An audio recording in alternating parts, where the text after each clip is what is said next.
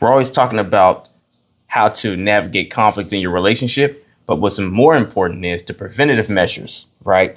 Catching the red flag signs up front of behavior that's going to lead to future problems down the road. So there's three core subtle red flag behaviors that you need to see up front and call out and address ahead of time so it doesn't turn into bigger issues that festers.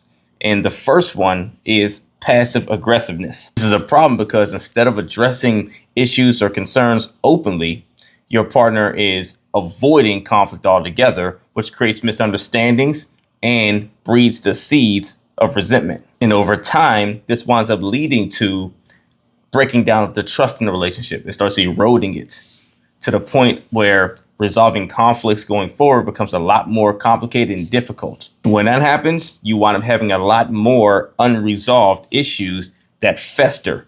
And then down the road, it becomes a big blow up problem or something that ends the relationship in a catastrophe because it just got piled on top of. It was a conglomerate of a lot of little small issues and small moments stacked up into this boiling point. So what you have to do to get ahead of this type of behavior, if this is your partner doing it, or if it's you, is by coming to the table with your partner to discuss agreeing on living your truths, no matter what, right? The only thing you need to do on both sides to police how you live in your truth is always lead with love. It's not your job to police how your partner receives information that's your truth. It's your job and how you deliver it, right? So really coming to the table and coming to an agreement that, hey, we're going to be honest with each other, no matter what.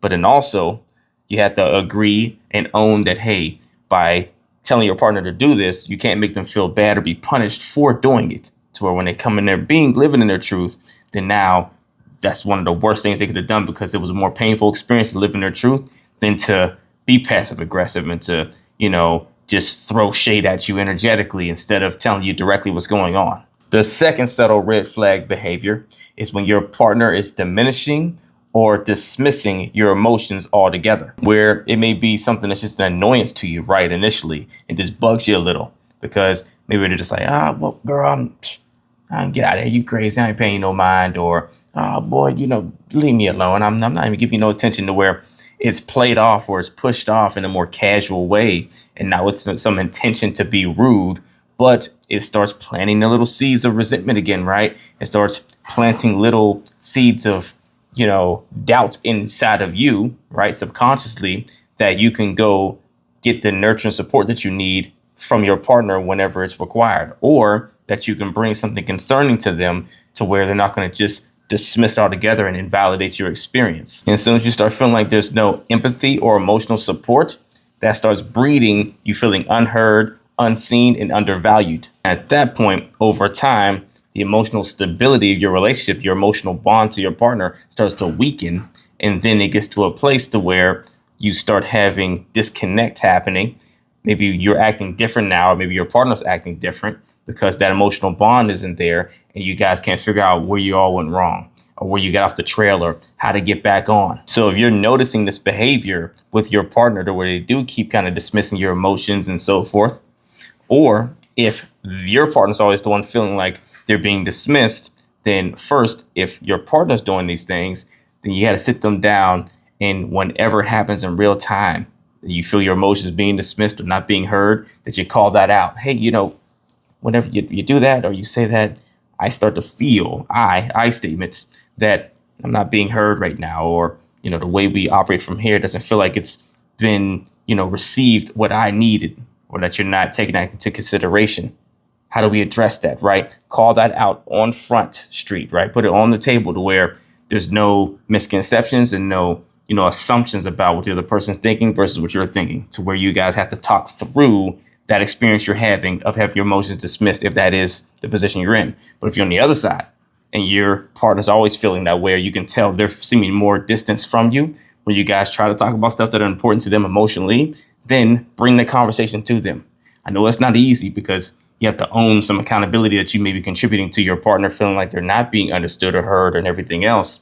But it's going to serve your relationship down the long haul much better to not sabotage things if you can go to your partner and say, hey, I noticed you seem a little distant. lately? What is there something wrong? Is there something that I'm doing that's contributing to this? Or are you not feeling seen, not feeling heard? What would that look like in practice if you were felt to be felt to feel heard? Get my words mixed up. To feel heard, right? What does that look like if that's being done right on my end to make you feel supported?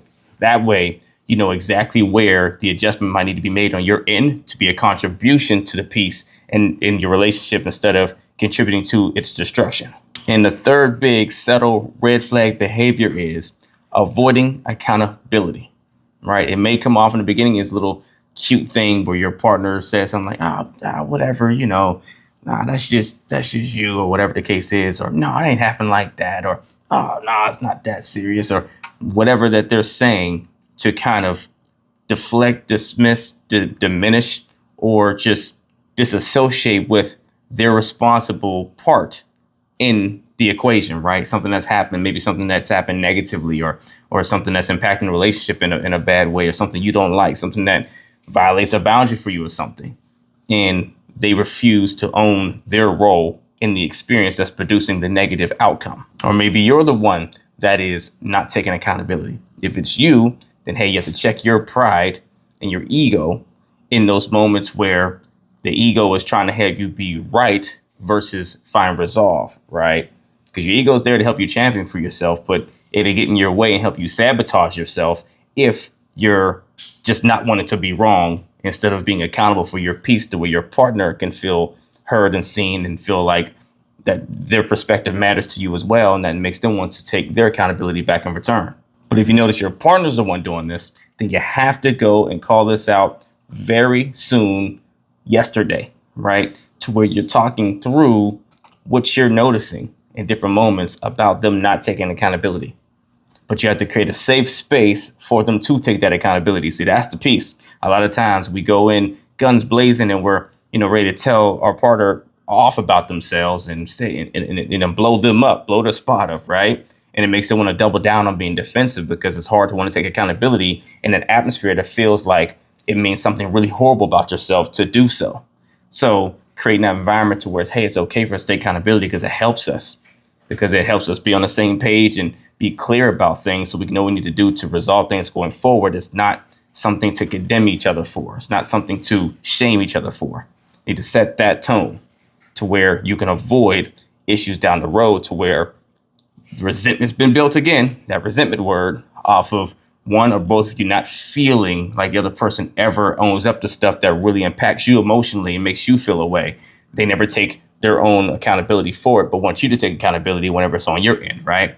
So you have to get ahead of these 3 subtle red flag behaviors overall to make sure they don't wind up being huge contributors to your relationship being on the rocks, if not ending. Let's get it.